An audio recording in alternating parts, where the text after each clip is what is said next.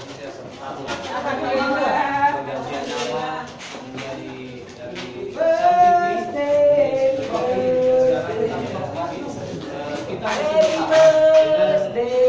satu tahun ini banyak yang bisa kita banyak pelajaran yang kita bisa ambil dari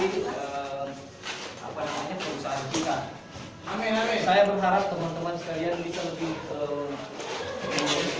mengerti lagi apa yang telah kita raih di hari-hari sebelumnya dan bisa lebih dahsyat lagi di tahun-tahun ke depannya. Sebelum mungkin masih ada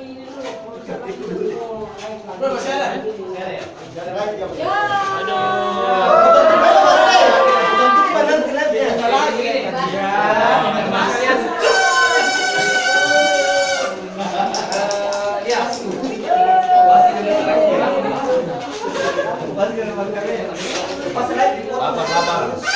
Oke, halo.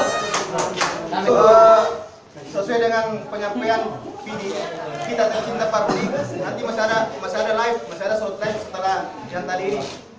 Singkat saja teman-teman, selama 1 tahun saya pribadi mau menyampaikan permohonan maaf.